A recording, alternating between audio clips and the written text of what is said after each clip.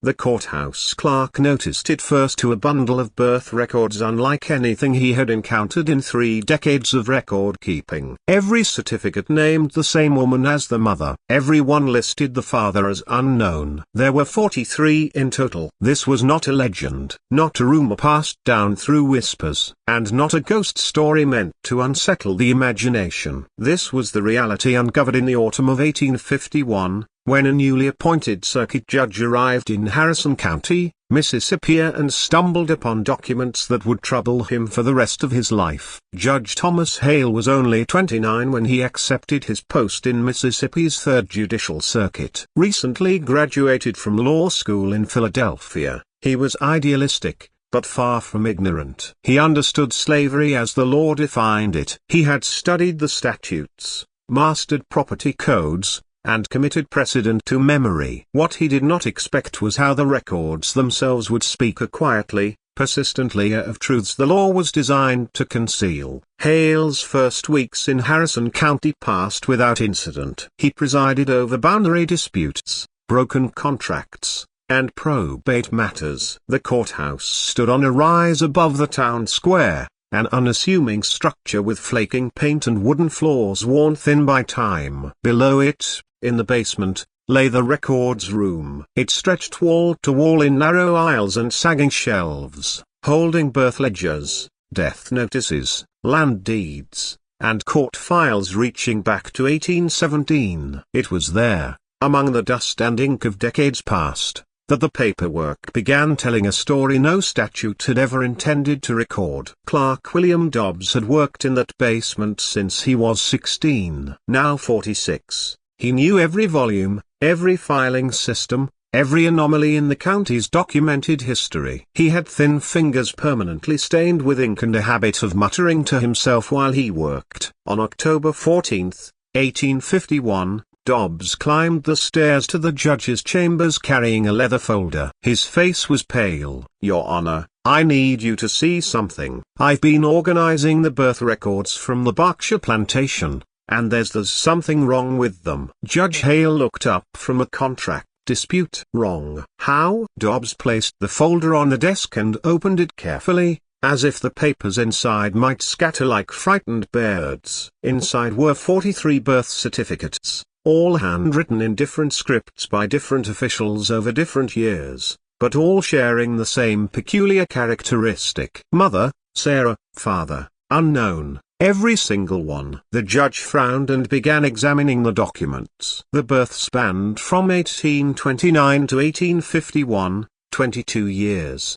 The children's names were listed. Samuel, born March 1829. Ruth, born November 1830. James, born February 1832. On and on. The list continued. An unbroken chain of children born to the same woman with no father ever recorded. Perhaps she had relations with multiple men who weren't recorded, Judge Hale suggested, though even as he said it, the explanation felt incomplete. Dobbs shook his head. "Your Honor, I've been doing this work for 3 decades. Sometimes fathers aren't listed, yes, but 43 times for the same woman. I pulled records from every plantation in the county for comparison. Most enslaved births list no father. That's common enough, but I've never seen this volume attached to a single name. And there's something else." He pulled out a separate sheet, a timeline he had constructed himself. "Look at the spacing. Sarah gave birth 43 times in 22 years. That's a child every 6 months on average. Your Honor, that's not possible." "Not naturally." The judge studied the timeline. Dobbs was right. Some births were listed only 7 or 8 months apart. The human gestation period made such timing impossible for a single woman. Could there be multiple women named Sarah on the same plantation? Hale asked. "I thought of that. But look at the notation here." Dobbs pointed to a small mark in the corner of each certificate. "Property registration number 1147. Same number on every certificate. According to plantation records, that number belonged to one woman only." Judge Hale sat back in his chair. The autumn light filtered through the window, casting long shadows across the document spread before him. Something was deeply wrong with these records. but he couldn't yet see the shape of it. "I want to visit Berkshire Plantation," he said finally. "And I want to see Sarah herself." Berkshire Plantation sat 12 miles west of the courthouse, accessible by a road that turned to mud whenever it rained. The property sprawled across 800 acres of cotton fields bordered by dense pine forests on 3 sides and the slow-moving Leaf River on the 4th. The plantation owner was Colonel Marcus Berkshire, a man in his late 60s who had inherited the property from his father and expanded it considerably. He was known in the county as Fair but Firm, a veteran of the War of 1812. Who ran his plantation with military precision. Judge Hale arrived on a clear October morning, his horse kicking up dust on the path leading to the main house, a grand structure with white columns and wide verandas built in the Greek Revival style popular among wealthy planters. Colonel Berkshire received him in the study, a room lined with books and hunting trophies. The old man was cordial but confused by the visit. "A judge examining birth records. That's unusual, Mr. Hale." "Is there a legal matter?" "Possibly," Hale said carefully. "I'm reviewing county records and came across some irregularities. I wanted to verify the information directly. You have an enslaved woman named Sarah, property number 1147. Berkshire's expression shifted. "Not guilty, but cautious." "We do. She works in the quarters, helps with the younger children. Been here since, Lord, since before my father died." "Why do you ask?" "The birth records show she's mother to 43 children over 22 years. A long silence filled the room. The colonel rose slowly and walked to the window, looking out over the fields where dozens of enslaved workers moved between cotton rows. "Your Honor," he said finally, "I think there's been a misunderstanding in how those records were kept. Sarah isn't the mother of 43 children. She's the midwife." The explanation was simple, almost embarrassingly so. Sarah had delivered babies on the plantation for over 2 decades. Some record keeper at some point had mistakenly or carelessly listed her as the mother instead of the attending midwife on the birth certificates. The error had been repeated over the years, creating the appearance of an impossible medical phenomenon. Judge Hale felt foolish for not considering this immediately. Of course, a clerical error compounded over time. It made perfect sense. Except it didn't. That evening, back in his rented room above the general store,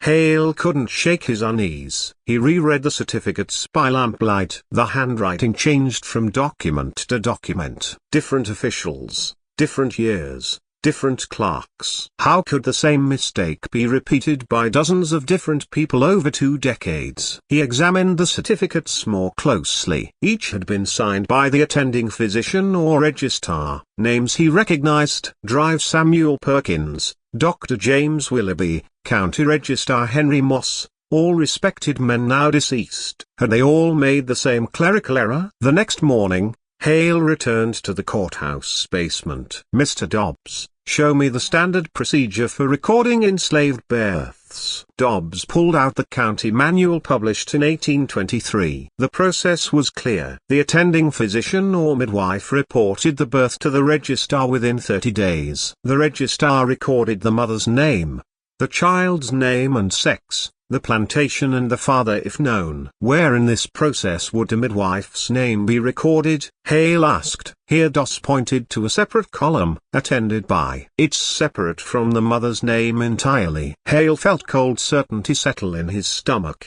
Pull every birth record from Berkshire Plantation for the past 25 years. All of them. It took Dobbs 3 days. When he finished, he had compiled a ledger showing 217 births at Berkshire from 1826 to 1851. Of those, 194 correctly listed different mothers and different attending midwives or physicians. 23 listed Sarah as the attending midwife properly recorded in the attended by column, and 43 listed Sarah as the mother with unknown as the father. 2 different record types, Dobbs said quietly. The clerical error theory doesn't hold. When Sarah delivered babies as a midwife, she was properly recorded as such. But these 43 certificates specifically list her as the biological mother. Judge Hale studied the ledger in silence. Outside, evening was falling over the town. Somewhere in the distance, Church bells rang 6 times. "I need to speak with Sarah," he said. Colonel Berkshire was less welcoming during the judge's second visit. "Your Honor, with all respect, this seems like unnecessary intrusion. The woman is my property. The records are old." "What exactly are you investigating?" Hale chose his words carefully. In Mississippi in 1851, a judge's authority had limits, especially regarding how a plantation owner managed his enslaved workers. But record fraud was a legal matter, and unexplained irregularities in official documents fell within his jurisdiction. "I'm investigating potential errors in county birth records, Colonel. If there's systematic fraud or misreporting, it affects property law, inheritance, and legal standing. I need to verify the information directly." Berkshire's jaw tightened, but he nodded. "Fine, but I'll accompany you." The slave quarters stood a/4 mile from the main house. 2 rows of wooden cabins facing each other across a dirt path. Smoke rose from clay chimneys. Children played between the buildings, their laughter a strange counterpoint to the gravity of Hale's visit. Sarah lived in the 3rd cabin on the left. Berkshire knocked once, then pushed the door open without waiting. The interior was dim, lit only by firelight. A woman sat in a rocking chair near the hearth, her hands folded in her lap. She was small-framed and looked to be in her 50s, though Hale knew enslaved people often appeared older than their years due to the harshness of their lives. When she looked up at the judge, he was struck by her eyes, dark, clear, and utterly unreadable. "Sarah, this is Judge Hale. He has questions about some birth records. You'll answer him truthfully." The colonel's tone made it clear this wasn't a request. Hale stepped forward, hat in hand. "Sarah, the county records show you listed as mother to 43 children between 1829 and 1851. Is this accurate?" She looked at him for a long moment before answering. Her voice was quiet, but steady. "Yes, sir." The simple answer stopped Hale cold. He had expected confusion, denial, and explanation, not calm confirmation. "That's medically impossible, Sarah. A woman can't give birth 43 times in 22 years. "No sir, she can't." The room felt suddenly smaller. Colonel Berkshire shifted uncomfortably by the door. "Then why do the records say this?" Hale pressed. Sarah's expression didn't change. "Because I'm listed as the mother, sir. That's what the papers say." "But you're not the biological mother of all these children." "The records say I am, sir." Hale felt frustration building. She was answering his questions while saying nothing at all. He tried a different approach. "Sarah, did you give birth to children on this plantation?" "Yes, sir." "How many?" "2, sir." "Both died before their first year." The answer hit Hale like a physical blow. "When was this?" "1835 and 1837." "Sir," he checked his ledger. 2 of the 43 certificates fell in those years. March 1835 and January 1837. Those were hers. The other 41 were not. "Then why are you listed as mother to the others?" Sarah looked at the fire. "Master would know better than me about the paperwork, sir." Colonel Berkshire stepped forward. "Sarah works as a midwife and helps care for children in the quarters. Perhaps that's why her name appears in the records." Some confusion between her role as caregiver and biological mother. But Hale was watching Sarah's face. She said nothing, but her silence spoke volumes. Judge Hale returned to the courthouse with more questions than answers. That night, he couldn't sleep.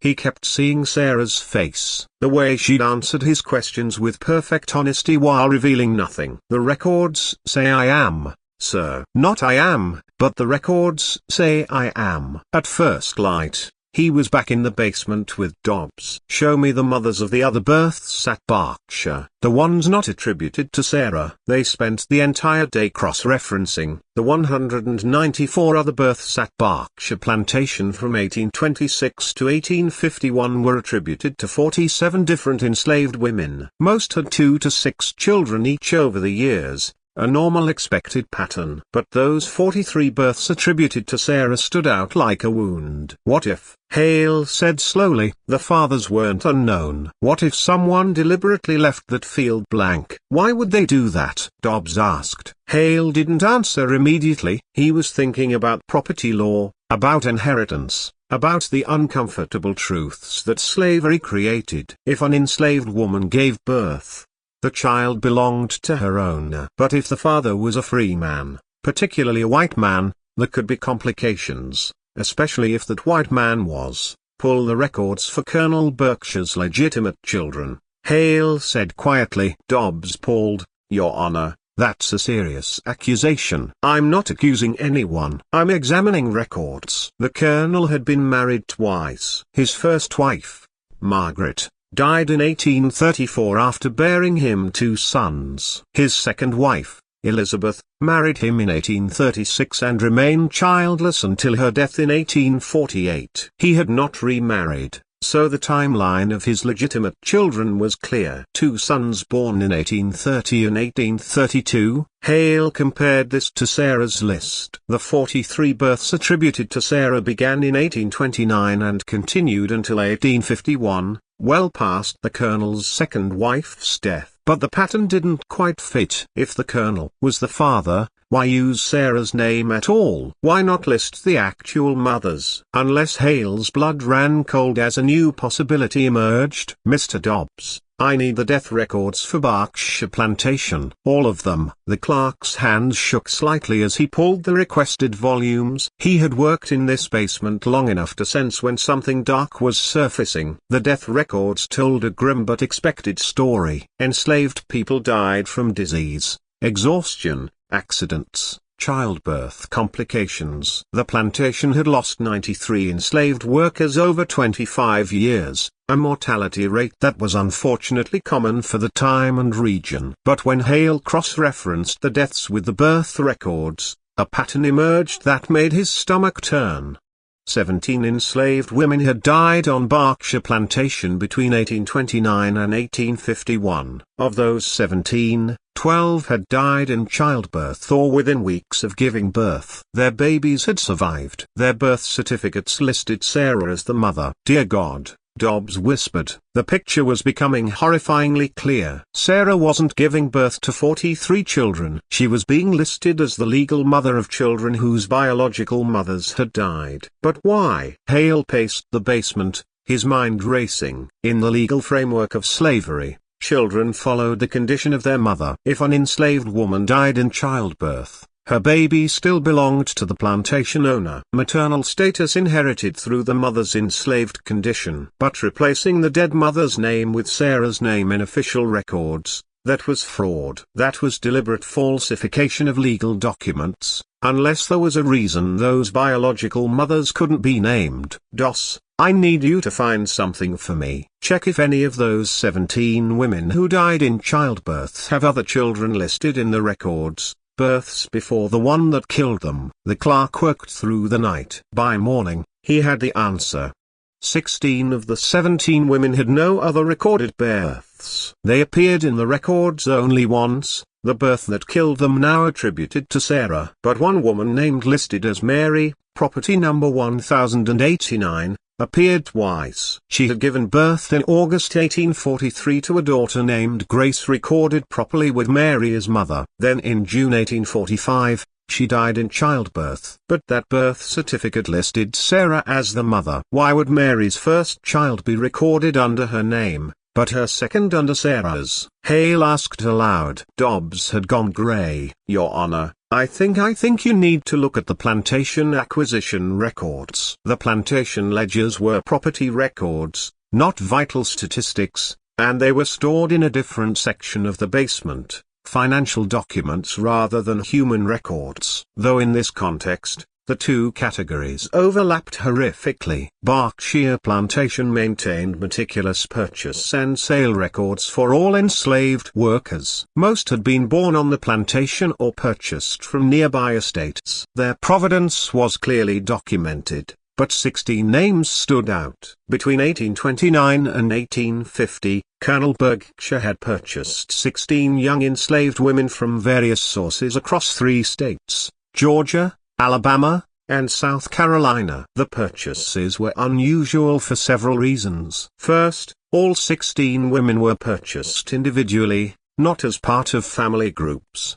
rare for the time as enslavers typically preferred to keep families together to prevent unrest. Second, all were purchased at ages between 14 and 19, precisely childbearing age. Third, all were described in the bills of sale as healthy, suitable for domestic work. Yet none appeared in the household staff records. They had been assigned to field quarters. Fourth, all 16 women had died within 3 years of purchase. Cause of death, childbirth complications, and the certificates for the babies who survived those births all listed Sarah as the mother. Dobbs spread the purchase receipts across the table like cards in a terrible game. He was buying pregnant women, the clerk said, his voice hollow. Young women who were already with child, probably by white men on their original plantations. He purchased them, brought them here, and when they died giving birth, he listed Sarah as the mother to hide where the babies came from. But why? Hale demanded. The children would still be enslaved regardless of their mother's name. What was he hiding? Maybe it wasn't about the children, Dobbs said slowly. Maybe it was about the fathers. Hale requested the county's sale records, all documented transfers of enslaved people in Harrison County over 25 years. It took a week to compile. Of the 43 children listed with Sarah as mother, 31 remained on Berkshire Plantation as of 1851. The other 12 had been sold, but not through public auction or standard estate sales. The bills of sale for those 12 were unusual. All had been sold to out-of-state buyers. All transactions occurred when the children were between 8 and 12 years old, and all sales were listed as private negotiations with prices significantly higher than market value for enslaved children of that age. A 10-year-old field in Mississippi in 1845 might sell for $400, $600. These children had been sold for $1,200, $1,500 each. Someone was paying premium prices for specific children, and the transactions were deliberately kept quiet. Hale's hands were shaking as he made the connection. Light-skinned children born to enslaved mothers, fathered by wealthy white men, sold discreetly to buyers who asked no questions about parentage. But the mothers had to disappear because if the biological mothers were listed, especially if they had been recently purchased, it would be obvious what Berkshire was doing, running a breeding operation using enslaved women impregnated by white men, then selling the mixed-race children at premium prices while erasing any paper trail that could create legal complications. Listing Sarah as the mother severed the chain of evidence. She had been on the plantation for decades, a familiar figure, a midwife. Her name on the certificates raised no questions. The real mother's recent purchasers who died in childbirth simply vanished from the official record. But Hale still had questions. How did Berkshire know which enslaved women to purchase? How did he know they were pregnant with white men's children? And who were the fathers? The breakthrough came from an unexpected source. Estate records from a recently deceased doctor in Mobile, Alabama. Drive Edmund Cross had died in August 1851, and his executive was processing his estate. Among the papers sent to various parties regarding outstanding debts was a letter to Colonel Berkshire dated 1847 that had never been fully paid. The executive sent a copy to the county court requesting judgment on the debt. The letter read, "Colonel Berkshire, per your request, I have identified a suitable candidate on the Willow Creek estate. Young woman, approximately 16, in early pregnancy. The owner is unaware of her condition. I can facilitate purchase at standard price $650 before the situation becomes apparent. Please remit advanced payment to secure transaction. The father is a man of standing and wishes the matter handled discreetly. Your usual arrangement applies. Dr. Cross." It was there in black and white. A physician identifying pregnant enslaved women and facilitating their purchase before their pregnancy became obvious. The usual arrangement suggested this wasn't the first time. Hale felt sick. This wasn't accidental. This was a systematic operation. He petitioned for access to Dr. Cross's full estate papers claiming potential fraud investigation. Her own. Their existence obscured to protect wealthy white men from scandal and legal complication. exists only in Judge Hale's investigation notes and the historian's 1923 paper. The official story ends there. Fraud discovered, perpetrator dead before trial, one woman freed, the rest lost to history. But there are things the records don't capture. Shadows between the documented facts that raise questions for anyone who examines this case closely. First question: why did Colonel Berkshire's death come so conveniently just 2 weeks before a trial that would have exposed not just him but potentially dozens of wealthy men across 3 states? Dr. Riley, who certified the death as natural heart failure, had been the Berkshire family physician for 20 years. His financial records show he received a payment of $500 from the colonel's estate in January 1852, listed as final services rendered, an unusually large sum for certifying a death. Second question: what happened to Drive Cross's complete patient records? When his estate was settled, his medical journals, which should have contained decades of patient notes, were listed as lost in a fire at his mobile office in August 1851, the same month he died. Convenient timing. Third question: who was the stranger bidding against Judge Hale at the auction? No one at the auction recognized him. He arrived in an expensive carriage, bid aggressively for Sarah specifically while showing no interest in any other lots, then disappeared when outbid by Mrs. Henshaw. Hale later tried to find records of his identity,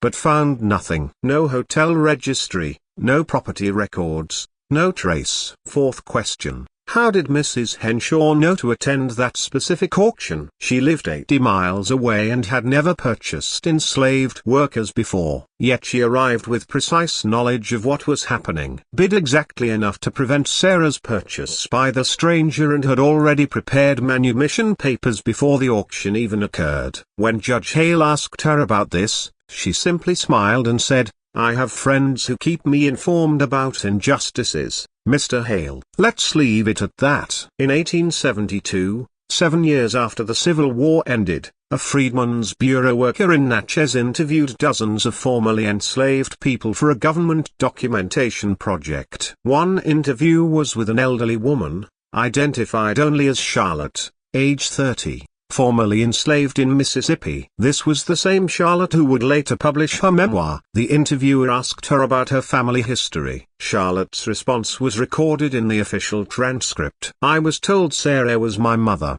but I don't think she was. I think my real mother died when I was born. And Sarah took me in because that's what she did. She took in all of us. There were so many of us, dozens. All different ages, all different shades. We called her Momo because she was the only mother we knew. But late at night, sometimes she would sit by the fire and whisper names. I asked her once what she was doing, and she said she was keeping the record the papers won't keep. I didn't understand until I was grown." The interviewer noted that Charlotte believed Sarah had memorized the names of the biological mothers whose children she raised, preserving their existence in the only way available to her, oral memory, passed in whispers, never written down. When Sarah died in 1867, that oral record died with her. The 16 women, Mary, Rachel, Hannah, Dinah, Leah, Judith, Naomi, Abigail, Esther,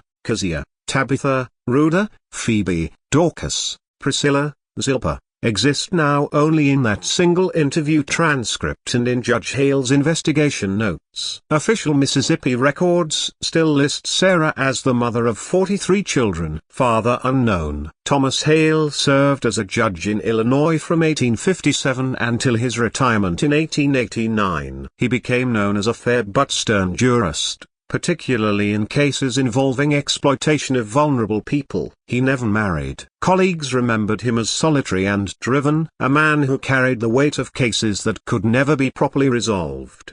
In his private papers discovered after his death in 1891 was a journal entry dated November 12, 1851. "I have seen the machinery of evil, and it is made of paperwork, not violence, though violence is there, not cruelty, though cruelty abounds, but paperwork, clean, official, legally filed documents that transform human beings into numbers, and numbers into profit. Sarah is not listed as mother to 43 children because anyone believed it true. She is listed thus because it was convenient, because it hid uncomfortable truths, because it made the system function smoothly. I have learned that the law can be a tool for justice or a tool for obscuring injustice. The same forms, the same procedures, the same courts. What determines which purpose it serves? The conscience of those who wield it. I tried to wield it justly. I do not know if I succeeded. Among his papers was also a list of names, the 16 women Sarah had named, written in Hale's careful handwriting. Beside each name was a single word, remembered. After the auction, Berkshire Plantation was purchased by a cotton consortium from Natchez and operated until 1863 when Union troops burned the main house during a raid. The property was abandoned and eventually subdivided. The slave quarters where Sarah had lived and raised 43 children, not her own, stood empty for decades, slowly collapsing under weather and neglect. By 1900, nothing remained but foundation stones and a few collapsed chimneys. But local people, particularly freedmen and their descendants, remembered the place. They called it Sarah's Quarter, though most had forgotten why. In 1934, during the Depression, a WPA project documenting historical sites in Mississippi sent workers to map old plantation locations. At the Berkshire site, they found the foundations and interviewed elderly residents about the property's history. One woman, 92 years old, told them, "My grandmother was born there." She said there was a woman named Sarah who took care of all the children. Grandmother said Sarah wasn't really their mother, but she was the only mother they had. Said Sarah used to sing to them at night, old songs about Moses and the river. Grandmother said she understood those songs better after she got free. The WPA workers documented this as local folklore and moved on. The Berkshire case raises questions that historians still debate. How widespread was this practice? The evidence suggests Colonel Berkshire wasn't unique. The existence of a physician network identifying pregnant enslaved girls, the ready market for light-skinned enslaved children,